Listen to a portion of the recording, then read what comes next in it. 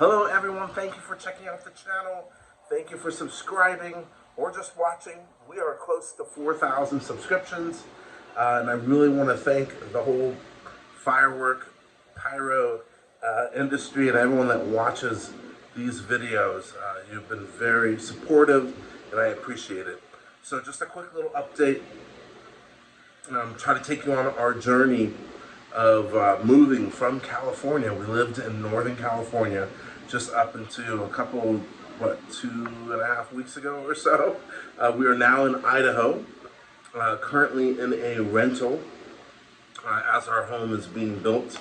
And so that's been a real blessing. We were able to find a brand new apartment to rent with more rooms than we originally anticipated. This is the third room.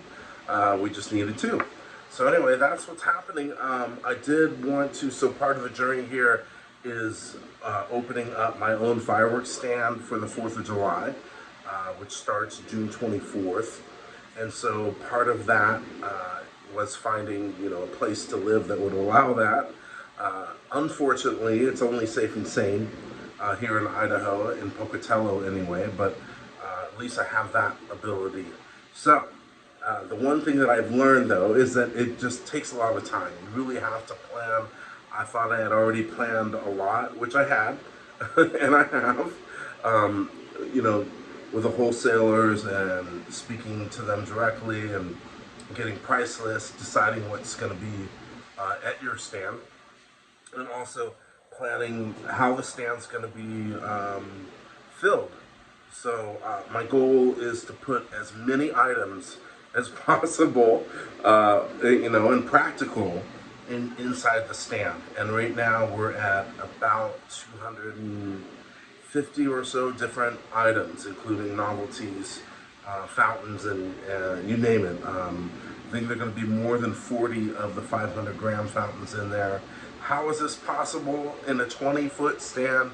I will show you shortly as we get there, but we have some different ideas that I haven't seen in stands before, and I think it will work along with a whole inventory system. So a guest will be able to see an item. They could say what the item is, but everything will also be numbered, lettered and numbered, which will make it easy for me to organize back stock and also stock. So there's that, but we'll get into that more later. I just wanted to say the time that's involved, because I've already spent months and months kind of picking out what I thought would go into the stand, how we would build the stand, who we would, how much it would cost. There's a whole bunch of stuff. But the time thing is that you can't, unfortunately, go, hey, it's Monday. I'm gonna go get my permit today from the fire department, because it takes a little bit longer than that. So number one, you've got to have a business, which we did in California. So you've got to file with the state in Idaho. So that's very easy. It's free, and that was done. No, I'm sorry, it's not free. It did cost a little bit, and I rushed the process. It was $65 or something like that. So doing business as. So that one's checked, done. Next one is you've got to have a resale license. So it means you're collecting tax on the items that you're selling, of course. And so that is done. I just got it in the mail the other day. The other thing you have to have for the fire permit is where you're going to, in Pocatello anyway, where you're going to put your stand. Not only that, so you have to have an address, you have to have who's the business owner, a whole bunch of things like that. But you also have to have a map drawn showing where that stand is going to go in relation to buildings and roads. There's that. On top of that, so I had to go down to the place, our home builder is offering us a place to put our stand, which is on the main road, which is really nice, on Yellowstone. And so I had to go there, kind of walk that, pace it out, see how far it is. It looks like there's plenty of room.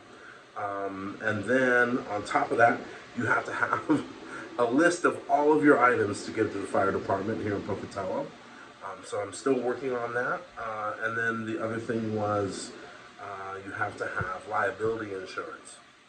All right, so in order to get liability insurance, you can go out and try to get it on the private market. It's a little difficult, I think. So there are companies out there like Jake's Fireworks that offers liability insurance, and that looks like the way that I'll be going. couple $1,000,000 in liability insurance is only, $400, $600, somewhere in that range. It's not too bad for a whole year. All right, so that's what's happening. So in order to get that permit to sell Safe and Sane for just the 14-day period or whatever it is, you need to have liability insurance and all that other stuff. But the process is pretty simple, but finding all that stuff just takes a little bit of time. So if you're setting out an adventure like that, that's just something to think about. All right, and then there's some other things in the works too. I am talking with a company representative to have a firework wrapped with our own red. It's going to be called Redbeard's Revenge. There's stipulations in that too, like you have to find an existing product typically to have wrapped. If you want it custom, you can, but it's going to cost more. It may take too much time to get it produced. And then they also usually require you to order more product, so of that particular wrap. So in this case, I think we're looking at about 200 cases. It's a 4-1, 500 gram, just an amazing fountain. Can't wait for you guys to see that. But that'll be Redbeard's Revenge. I just talked to the artist that I have friended a while ago. Is one of my good friend's sons. Does amazing artwork. His name is Sean Wright. So he's going to be taking on a few projects for me, coming up with character designs, kind of I don't want to say horror, gorish, but more of like cartoon. He's just an amazing artist. So we'll see what happens with Redbeard's Revenge and what it looks like, but that'll take a couple weeks. So that, in a gist, is what's going on. We're waiting for our house to be built and some more information on that. Compiling the list of fireworks from about 7 different wholesalers. I know they want me to kind of choose one.